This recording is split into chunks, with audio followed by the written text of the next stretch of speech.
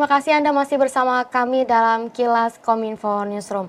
Pemirsa, program deradikalisasi merupakan bentuk perwujudan dari Undang-Undang Nomor 5 Tahun 2018 tentang pemberantasan tindak pidana terorisme. Deradikalisasi menjadi program khusus yang prosesnya terencana, terpadu, sistematis, dan berkesinambungan untuk menangkal paham terorisme yang menjangkit individu. Individu yang terjangkit paham radikal teroris kerap diasingkan di lingkup sosial masyarakat dan sulit untuk bertahan hidup ketika telah selesai menjalani masa tahanan. Mengatasi masalah tersebut, Badan Nasional Pemberantasan Terorisme melakukan reedukasi dan reintegrasi napiter atau mantan narapidana terorisme melalui pemberdayaan ekonomi tentang kewirausahaan. Lantas, seperti apakah perkembangan program ini? Kita akan membahasnya lebih dalam bersama Bambang Surono selaku Sekretaris Utama BNPT. Halo, selamat malam Pak Bambang. Selamat malam Mbak Dian, selamat malam pendengar Kominfo Newsroom. Bagaimana kabarnya Pak Bambang? Alhamdulillah sehat Mbak, mudah-mudahan semua sehat semua ya. Ya, sehat, salam sehat Pak Bambang. Pak Bambang, terkait dengan program deradikalisasi ini, bagaimana perkembangannya saat ini? Mengingat program pembinaan wirausaha napiter ini telah berjalan selama beberapa tahun. Baik, terima kasih Mbak Dian. Jadi program deradikalisasi adalah perintah dari undang-undang. Jadi pasca terbitnya Undang-Undang Nomor 5 2018, BNPT dimandatkan atau diminta untuk melaksanakan program-program penanggulangan terorisme. Yang pertama terkait dengan pencegahan terorisme, kemudian juga melaksanakan koordinasi seluruh aparatur penegak hukum dan melaksanakan kerjasama baik dalam negeri dan luar negeri. Dan di dalam pencegahan tadi, pencegahan ini ada tiga hal yang harus dilakukan. Yang pertama, BNPT diminta untuk melaksanakan kesiapsiagaan nasional, kemudian juga melaksanakan kontraradikalisasi, dan yang ketiga dalam melaksanakan deradikalisasi.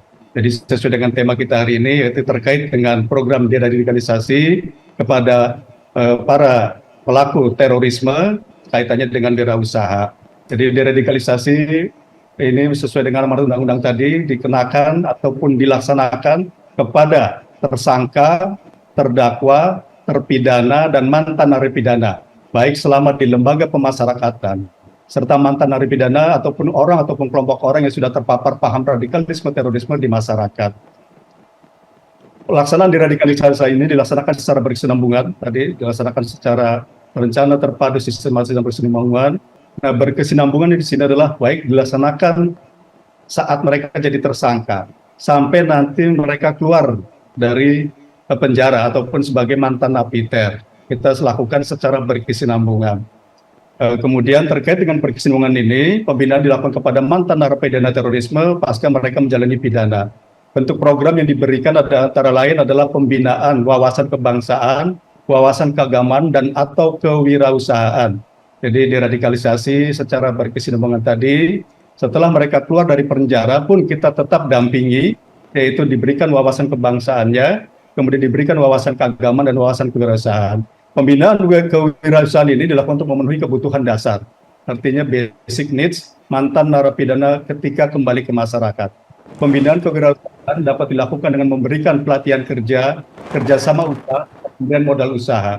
BNPT sebagai lembaga koordinator dalam penanggulangan terorisme bekerja sama dengan kementerian lembaga, baik itu dengan BUMN serta pelaku usaha lainnya untuk memberikan intervensi kewirausahaan kepada sasaran deradikalisasi. Program pembinaan kewirausahaan ini, Bapak Ibu sekalian, yang diinisiasi oleh BNPT telah dilaksanakan sejak tahun 2014. Program ini terutama menyasar mantan narapidana yang baru bebas. Salah satu contoh mantan napiter yang telah sukses berwirausaha adalah misalnya seperti Saudara Marwan alias Wakgeng. Ini mantan napiter kasus FAI di Medan, kasus perampokan di Medan untuk pendanaan terorisme. Marwan bebas dari Lapsus atau lapas khusus Sentul pada tahun 2018. Pasca bebas, Marwan memulai usaha pertanian dan tambak udang. Selain dari BNPT, Marwan juga mendapat bantuan usaha dari Polri, dari Kementerian Sosial. Saat ini Marwan telah sukses dengan mengembangkan unit usaha lain seperti membuka kedai kopi dan seterusnya, dan sudah mengajak mantan narapidana terorisme lainnya untuk berwirausaha secara bersama. Jadi itu Mbak, jadi program yang sudah dilaksanakan oleh BNPT terkait dengan deradikalisasi tadi. Mungkin Pak Bambang, selain tadi Marwan mantan terorisme, narapidana terorisme juga telah melaksanakan program ini menjadi wirausaha. Selain Marwan tersebut, apakah terdapat narapidana atau napiter lainnya yang menjadi wirausaha melalui program ini, Pak?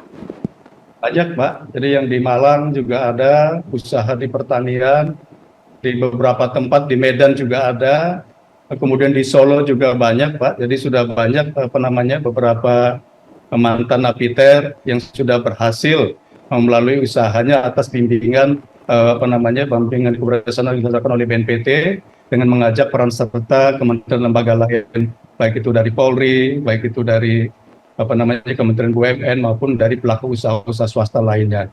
Kemudian juga kita juga sudah membuka warung NKRI, wadah aku rukun usaha nurani gelorakan NKRI, itu juga dikelola oleh para mantan napiter berada di stasiun-stasiun kereta api karena kita menggandeng PT KAI di dalam membantu untuk berwirausahanya para mantan napiter tersebut. Salah satunya itu Mbak.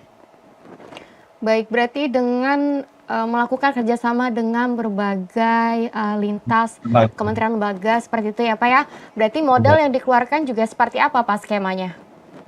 Ya, sebelum kita memberikan modal, tentunya kita harus laksanakan pelatihan dulu kepada yang bersangkutan. Jadi kita identifikasi dulu, terhadap para mantan napiter tersebut untuk mengetahui tingkat radikalismenya, juga untuk mengetahui kehidupan sosial sebelumnya, serta kondisi psikolog para mantan napiter. Dari hasil identifikasi ini menjadi faktor penentu bentuk intervensi kewirausahaan apa yang akan diberikan kepada sasaran.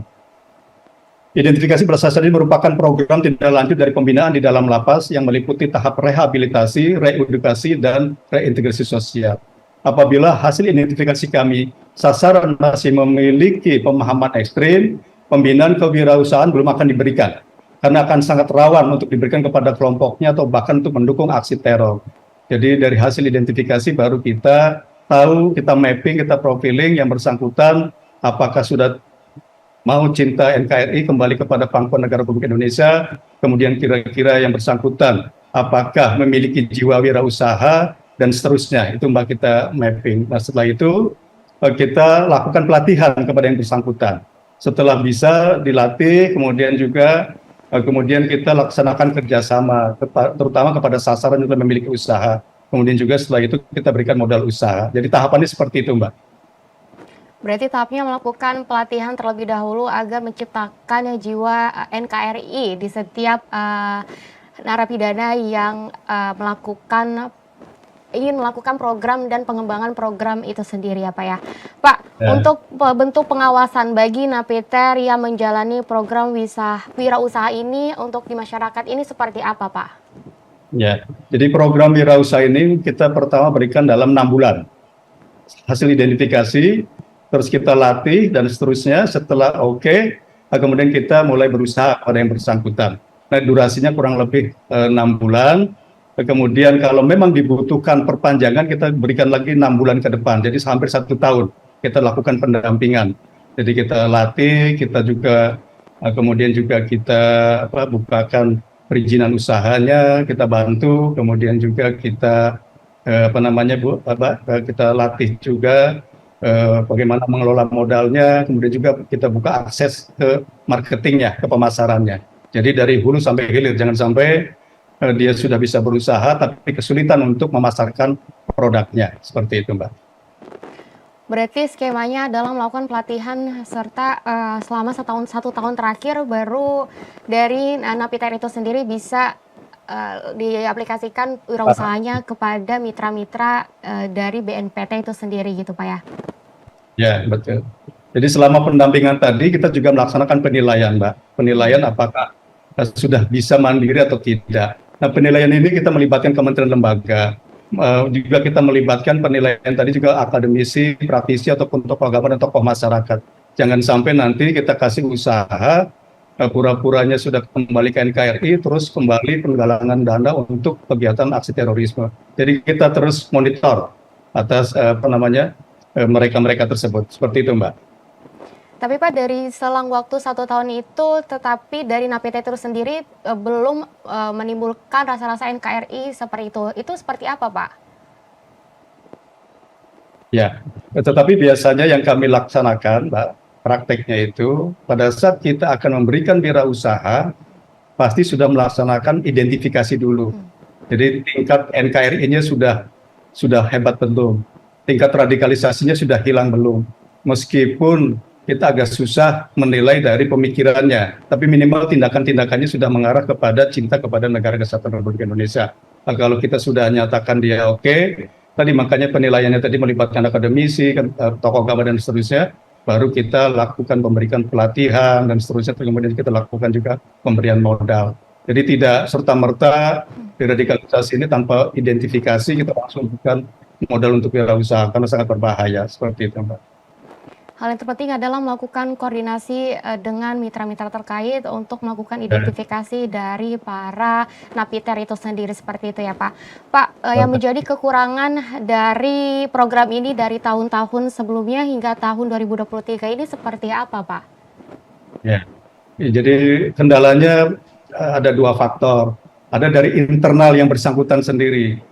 Meskipun sudah kita latih, kemudian juga dia senangnya berusaha misalnya di pertanian dan seterusnya, ada faktor kebosanan juga. Nah, ini juga menjadi kendala. Akhirnya kita kembali latih lagi yang bersangkutan.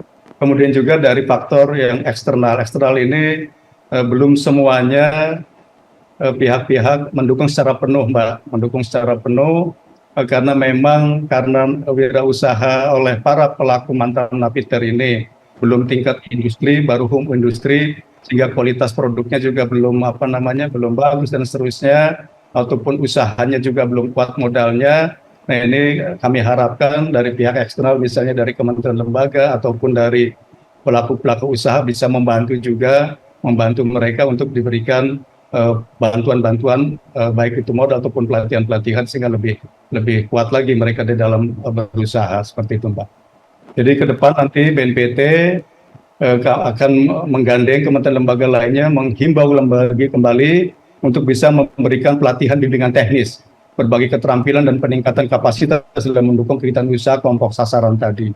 Kemudian juga kami nanti akan menggandeng kementerian lembaga atau BUMN lainnya ataupun pelaku usaha swasta untuk bagaimana membantu pengembangan kapasitas SDM usaha mikro melalui vokasi.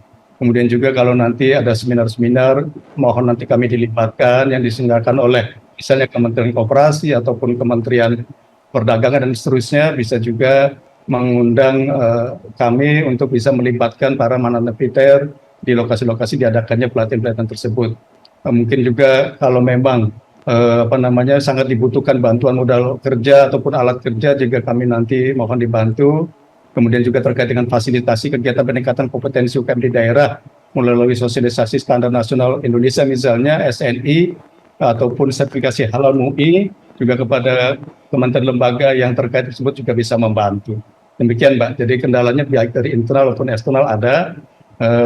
Mari kita bersama-sama bagaimana meningkatkan kapasitas wirausaha oleh para mantan napiter tersebut. Demikian, Mbak. Baik Pak Bambang, semoga diharapkan dengan adanya program ini mampu menciptakan lapangan pekerjaan serta memberikan kesempatan yang sama bagi para mantan narapidana terorisme yang telah berakhir masa tahanannya melalui berbagai program pemberdayaan ekonomi tentang kewirausahaan, tentunya dengan melibatkan berbagai kementerian lembaga terkait. Seperti itu Pak Bambang ya? Betul, karena setelah mereka lepas dari ataupun keluar dari penjara, mereka nggak boleh disingkirkan.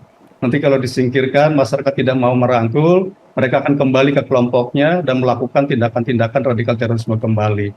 Nah, ini yang harus kita waspadai. Karena Bapak Ibu sekalian ataupun para pemirsa Kominfo Newsroom, jadi tugas kita bersama, bukan hanya BNPT, adalah bagaimana kita menjaga keberlangsungan keutuhan negara Kesatuan Republik Indonesia ini dari Sabang sampai Merauke. Karena teman-teman yang melaksanakan tindakan teror ini karena salah jalan.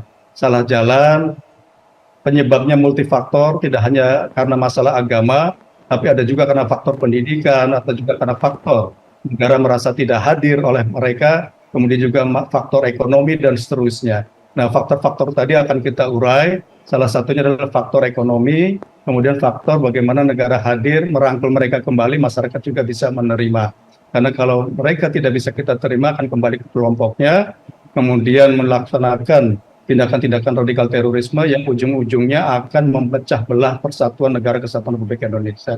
Jadi tugas kita semua, kebetulan saja BNPT sebagai leading sektornya dalam hal penanggulangan terorisme, tapi kewajiban seluruh bangsa Indonesia, seluruh warga negara Indonesia adalah menjaga keberlangsungan keutuhan negara kesatuan Republik Indonesia dari Sabang sampai Merauke, dari Miangas sampai Rote. Ini kewajiban kita semua. Demikian, Mbak. Menjaga keutuhan, persatuan dan kesatuan dari Sabang hingga Merauke, dari Miangas hingga Pulau Rote, seperti itu. Menjaga keberlangsungan keutuhan NKRI dari Sabang sampai Merauke tadi. Karena Bapak Ibu sekalian, ideologi apapun bisa diterapkan di Indonesia. Jadi saya ulangi, ideologi apapun bisa diterapkan di Indonesia. Mau kita gunakan ideologi khilafah Islam bisa, tapi mungkin wilayahnya hanya Aceh, hanya Sumatera, hanya Jawa, hanya NTB. Kita mau terapkan ideologi Kristen pun bisa. Mungkin wilayahnya hanya mungkin Papua, NTT, Maluku. Kita mau terapkan ideologi Hindu juga bisa. Mungkin wilayahnya hanya Bali. Mau kita terapkan ideologi komunis juga bisa. Mungkin wilayahnya tidak seperti ini. Jadi dengan ideologi Pancasila, wilayah kita dari Sabang sampai Merauke itulah yang harus kita jaga. Harus kita rawat, amanah ataupun warisan dari nenek moyang kita, leluhur kita, mewariskan negara kesatuan Republik Indonesia ini, dan kita sebagai generasi penerus sampai kapanpun akan kita jaga keutuhan NKRI ini dari ancaman perpecahan melalui serangan radikal terorisme. Demikian, Mbak. Baik, Pak Bambang.